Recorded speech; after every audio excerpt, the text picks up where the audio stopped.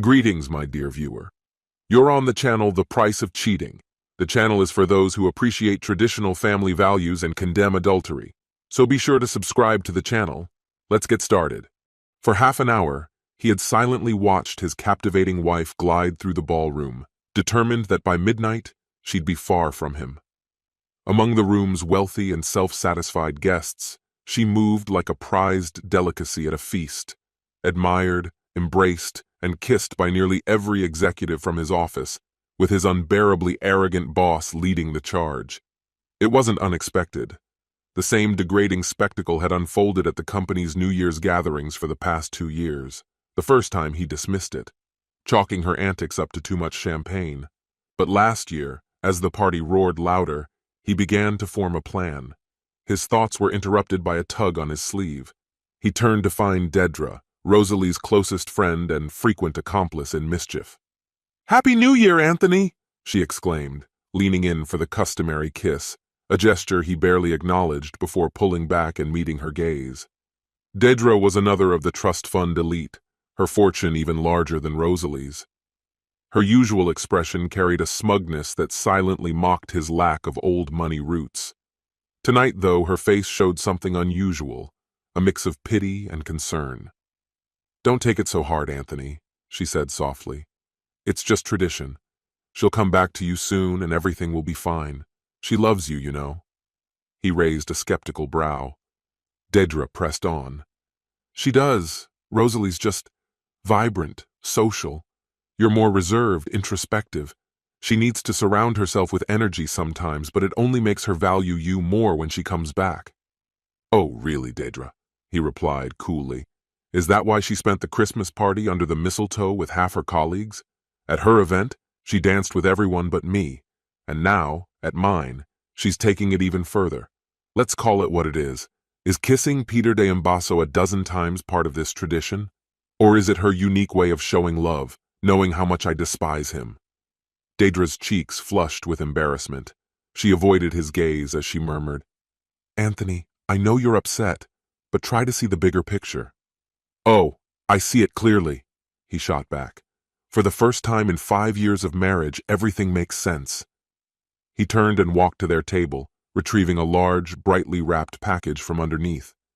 He removed his wedding ring and tied it to the ribbon on the gift. Without facing her, he held it out to Dedra. "I'm leaving.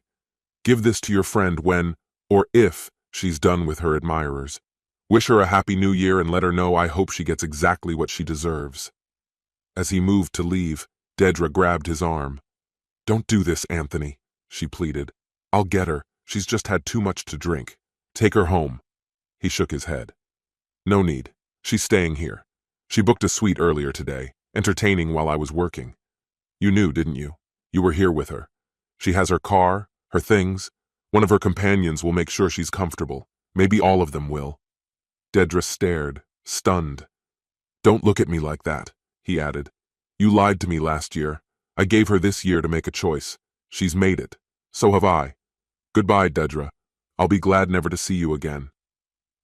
Leaving the ballroom, Anthony nodded to Helen, the HR director, who had spent the afternoon with him while his boss and colleagues celebrated in the suite. In reality, they had been indulging on the company's dime. Rosalie had been there too. Anthony had the evidence, photos and videos. So did Helen, who was about to share them with the board chairman. Inside, Helen and her husband made their way to the crowd around Rosalie. Dedra, meanwhile, pushed through the revelers, avoiding drunken attempts from men seeking another traditional kiss. Helen's husband's imposing presence cleared a path as Helen reached Peter Moore, the CEO, at the same moment Dedra did. Dedra's sharp call of Rosalie's name made her turn abruptly, breaking away from Peter's embrace with a frown. Dedra thrust the package into Rosalie's hands. "Anthony left this for you," she said. "He's gone. He saw everything tonight." Rosalie laughed dismissively. "Oh, Anthony, he always gets sulky when I don't pay him attention. I'll go home, apologize, and he'll feel foolish. He loves me too much to stay angry." She smiled at the gift. "See? Even when he's upset, he leaves me presents. Let's see what it is." "Wait," Dedra began, but Rosalie was already untying the ribbon. The ring fell to the floor. Rosalie froze. Peter picked it up, smirking. "Isn't this your husband's wedding ring?" Rosalie's expression shifted from confusion to alarm as she took it from him. She glanced at Deirdre, who whispered, "I tried to warn you." Ignoring her, Rosalie tore off the wrapping paper to reveal a white box. Smiling nervously, she shook it. "It's heavy," she noted, prying at the tape. As the last strip came free, the box's contents spilled onto the floor. Glossy photographs and documents scattered everywhere. Rosalie crouched to gather them, others stepping in to help. But as they saw the images, everyone froze. Rosalie's eyes widened in horror. "No!" she screamed, her voice cutting through the noise and silencing the room. More onlookers gathered, drawn to the commotion. As her meticulously crafted facade shattered, Anthony was already far away. Deirdre's eyes widened in bewilderment when she saw the horror on Peter's face. He stooped down, picked up the glossy photograph from the floor, and pressed it against his immaculate suit. His voice thundered through the room as he shouted, "Rosalie, what in the world is this?" The outburst drew every gaze toward the scattered photos carpeting the floor. Each image depicted Rosalie in compromising situations with various individuals who were clearly not her husband. Among the damning photographs were shots of Rosalie with Peter himself, alongside others featuring her entangled with executives from Anthony's firm, her colleagues, and even her higher-ups.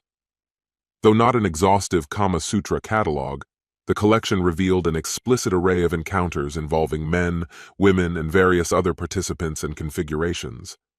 Rosalie's response was dramatic. She crumpled to the ground in a faint. Quick-thinking Peter nudged his foot beneath her head just in time, sparing her from a painful collision with the hard tiles. Deirdre, dropping to her knees, gently cradled Rosalie's head and began patting her cheeks while shouting, "Rosalie, wake up! Can you hear me? Are you okay?" While Deirdre tended to the unconscious Rosalie, others in the room began gathering up the incriminating photos.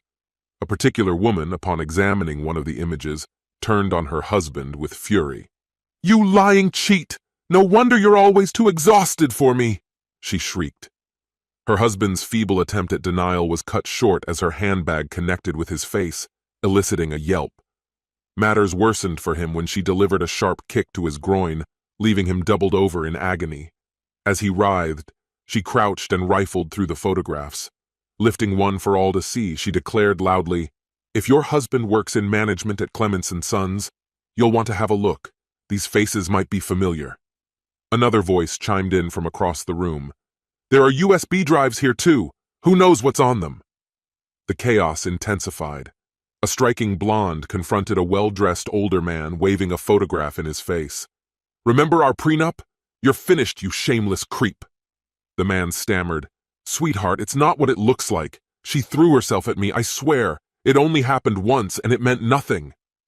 Ignoring his protests, the blonde's fiery gaze followed him as he fled the room, her threats ringing in his ears. Elsewhere, a woman clutched a photo to her chest, sobbing uncontrollably. Beside her, her husband buried his face in his hands, silently weeping. In another corner, a man waved an incriminating picture at his wife, his voice trembling with anger.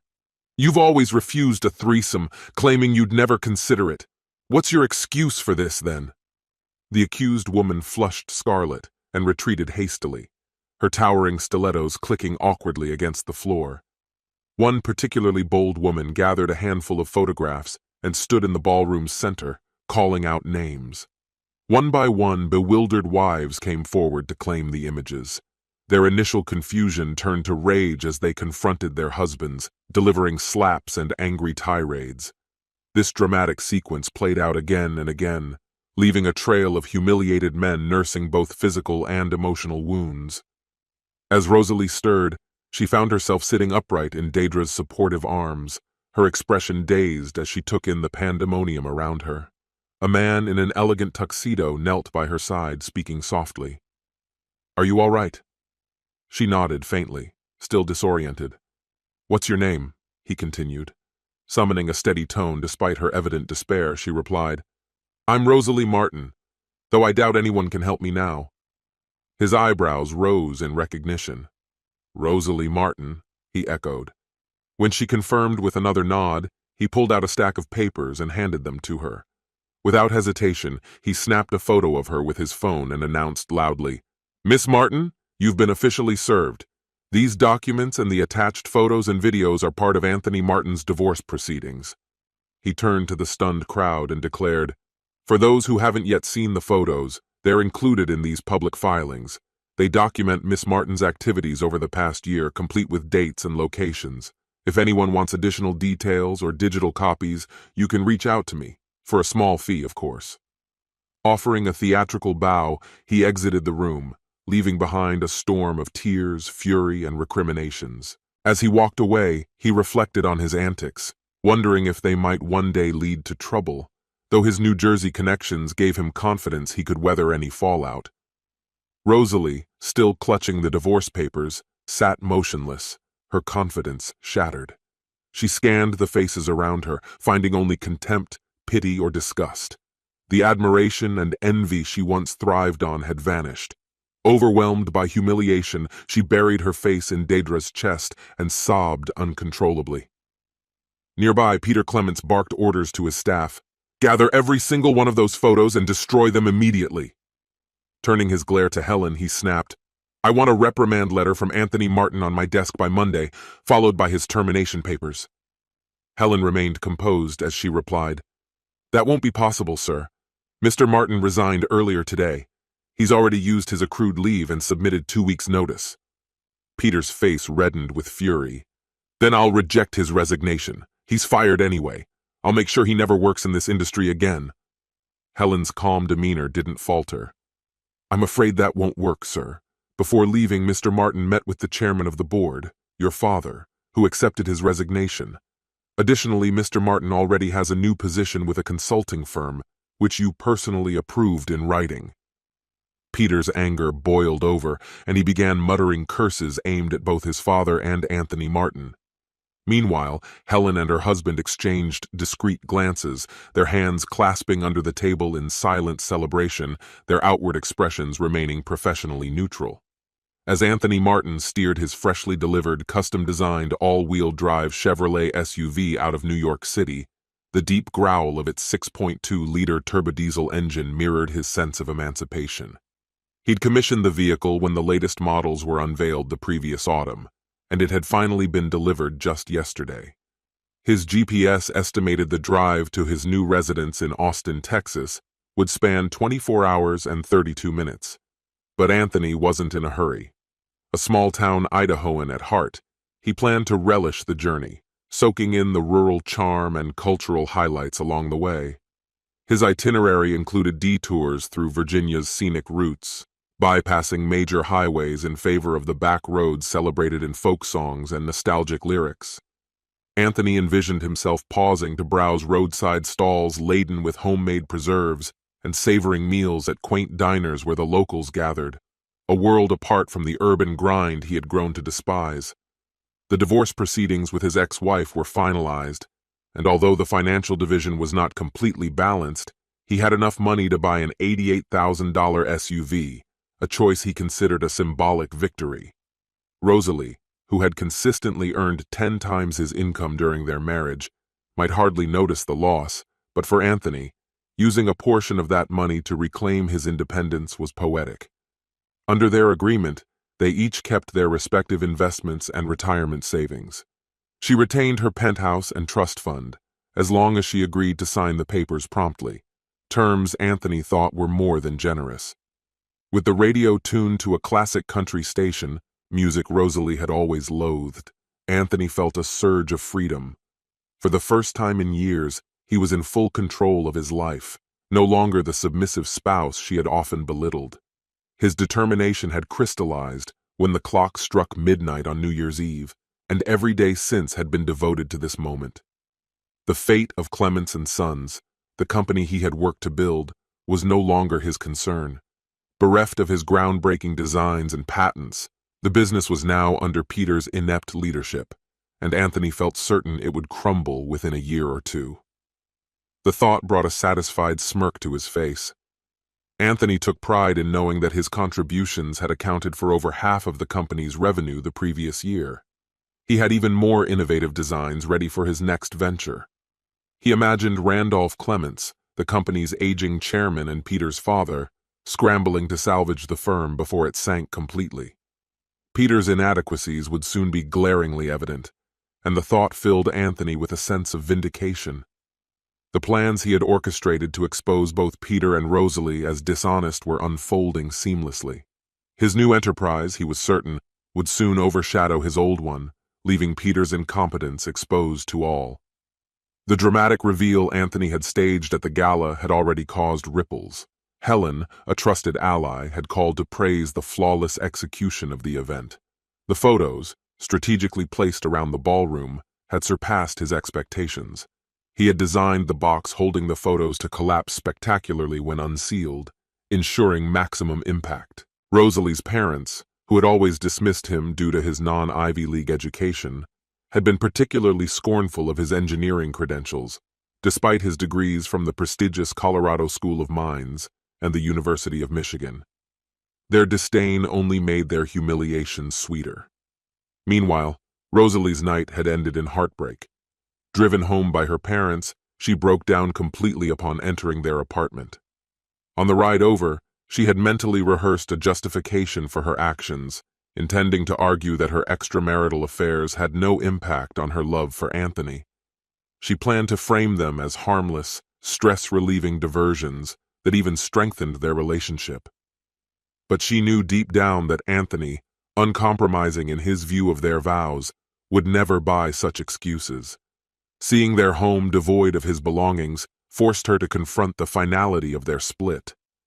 Rosalie collapsed onto the floor, consumed by a mixture of regret and fury at her own hubris. She had never anticipated this outcome, confident in her ability to manipulate Anthony's forgiving nature. For 3 years, she had deceived him without a second thought. But now, her carefully crafted image lay in ruins. Anthony's departure was more than a personal loss. It was a devastating blow to her social standing. While Anthony embarked on his new chapter, he ensured his departure left a trail of reckoning. He had cloned his SIM card before discarding the original, giving him control over communication while remaining untraceable. Scheduled emails sent damning evidence to unsuspecting spouses, unraveling relationships one by one. Anthony derived grim satisfaction from the upheaval he caused, particularly in sending irrefutable proof of Deidre's complicity to her husband. Deidre, who had encouraged Rosalie's behavior with gleeful abandon, now faced the consequences alongside her friend. In New York, Deidre and Rosalie sat in shock as their world crumbled. Deidre's husband, Al, had expelled her after receiving Anthony's email and video evidence, which documented not just infidelities, but also incriminating conversations. Al had forwarded the footage to the spouses of the named men, igniting a chain reaction of betrayals and revelations. Meanwhile, Peter was swiftly disowned by his father and removed from the company. Randolph, stepping in as interim CEO, began the arduous process of rebuilding, enlisting Helen's help to stabilize the business. Anthony's journey brought him to Austin, where he navigated the streets with a sense of anticipation. His new company had provided a luxury high-rise apartment with 6 months of prepaid rent, giving him time to find a home that matched his vision of open spaces and greenery. He looked forward to adopting a dog and meeting someone who shared his values and aspirations. His partners had organized a barbecue to introduce him to the local community, promising a chance to meet potential companions. Back in New York, the scandal Anthony had unleashed continued to spread, exposing lies and unraveling lives. Helen kept him updated, recounting each dramatic turn with relish. As Anthony drove through Austin, surrounded by the promise of a fresh start, he felt nothing but gratitude for the bold decision to leave the chaos behind and rebuild his life in Texas. This concludes the story. If you like it, then put your powerful like and subscribe to the channel.